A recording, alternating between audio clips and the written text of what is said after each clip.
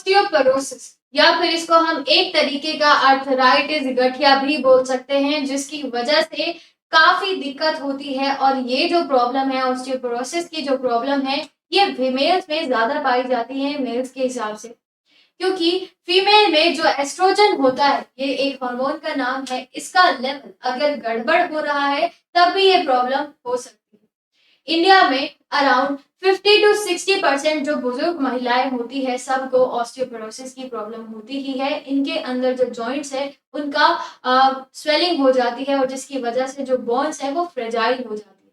Fragile का क्या मतलब है कि वो लचीली हो जाती है, और जिसकी वजह से फ्रैक्चर का जो खतरा होता है वहां पर वो बढ़ जाता है। तो पहले बात करते हैं कि आखिर इसके कारण क्या, कि किस वजह से ऑस्टियोपोरोसिस हो सकता है। सबसे पहला जो कारण है वो है यहाँ पर कि ये गैस्ट्रो इंटेस्टाइनल अगर सर्जरीज की जाती हैं तब ऑस्टियोपोरोसिस की होने के चांसेस वहां पर बढ़ जाते हैं। इसी के साथ एज काफी मैटर करती है यहाँ पर, यानी कि आप जो बुजुर्ग महिलाएं होती हैं, आपने देखा होगा इतनी सारी लेडीज हैं जिनको इसकी प्रॉब्लम है। एज बहुत बड़ा फैक्टर है वहां पर।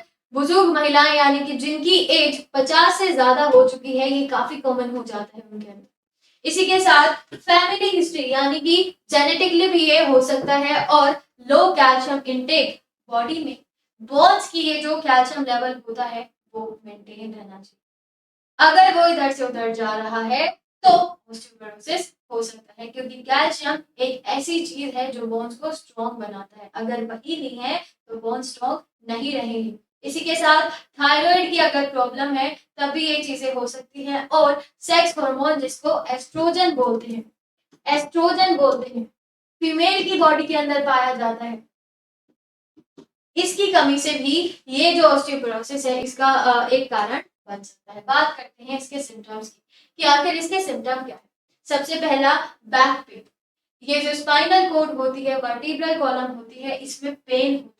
इसी के साथ कोज बाय अ ब्रोकन और collapse bone in the spine, है ना। स्पाइनल कॉर्ड के अंदर अगर किसी भी बोन में, देखिए इतनी सारी बोन्स होती है वहां पर, तो अगर एक भी बोन में किसी भी तरीके का एक क्रैक ही क्यों ना आ जाए, उसकी वजह से पूरी बोन में ये जो स्पाइनल कॉर्ड होती है उसमें पेन होना शुरू हो जाता है। इसी के साथ हाइट कम होने लगती है, यानी कि आप खुद ही सोचिए, वो इंसान ऐसे था, धीरे धीरे धीरे धीरे वो झुकने लगता है, जिसकी वजह से उसकी हाइट नेचुरली कम हो जाती है।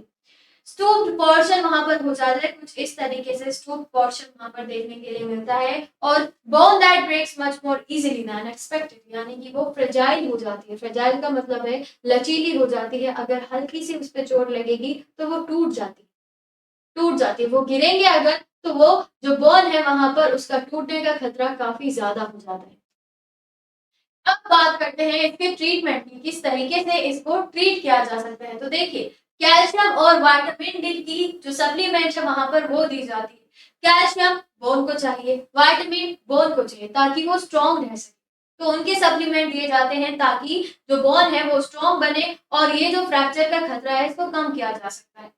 HRT यानी हार्मोनल रिप्लेसमेंट थ्योरी, जिसके अंदर एस्ट्रोजन की जो मात्रा है वो बढ़ाई जाती है बॉडी में, और ऑस्टियोपोरोसिस का जो खतरा है उसको कम किया जा सकता है।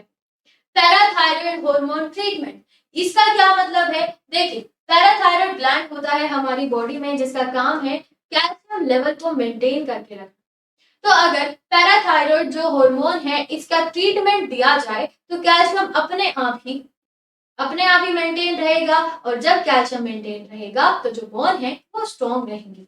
इसी के साथ बिसफॉस्फोनेट पिल्स दी जाती हैं, जैसे एलेंड्रोनेट, और जिसका एग्जांपल है फोसा मैक्स। तो ये कुछ एग्जांपल है, ये कुछ ट्रीटमेंट है जिनकी मदद से ऑस्टियोपोरोसिस को ट्रीट किया जा सकता है। बात करते हैं इसके कुछ प्रिकॉशंस की। तो बहुत ही ऑब्वियस है प्रिकॉशन, कैसे हम प्रिवेंट कर सकते हैं। सबसे पहली बात, ऐसा खाना खाना चाहिए जिसके अंदर विटामिन भर भर के, जैसे कुछ फ्रूट्स होते हैं, वेजिटेबल्स होती हैं, सीरियल्स होती हैं, दालें, इन सारी चीजों का भरपूर इंटेक करना चाहिए। कैल्शियम रिच फूड हमें खाना ही चाहिए, जैसे दूध है, पनीर है, ये सारी चीजें, सोयाबीन है, ये सारी चीजों का इंटेक रेगुलर अमाउंट पर होना ही चाहिए, ताकि कैल्शियम का जो लेवल है बॉडी में वो सही रहे।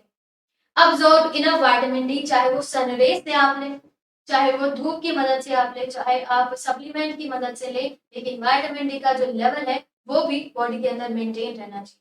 स्मोकिंग को जितना कम हो सके उतना कम कर, मैं कहूंगी कि बंद ही कर देनी चाहिए स्मोकिंग। टोबैको का जो इंटेक है किसी भी तरीके से नहीं करना चाहिए। इसी के साथ साथ जो अल्कोहल कंजप्शन है उसको कम कर देना चाहिए, बंद कर देना चाहिए। इसी के साथ कैफीन का जो इंटेक है उसको भी कम करना चाहिए। तो ये कुछ प्रिकॉशन है जिनकी मदद से ऑस्टियोपोरोसिस को दूर किया जा सकता है।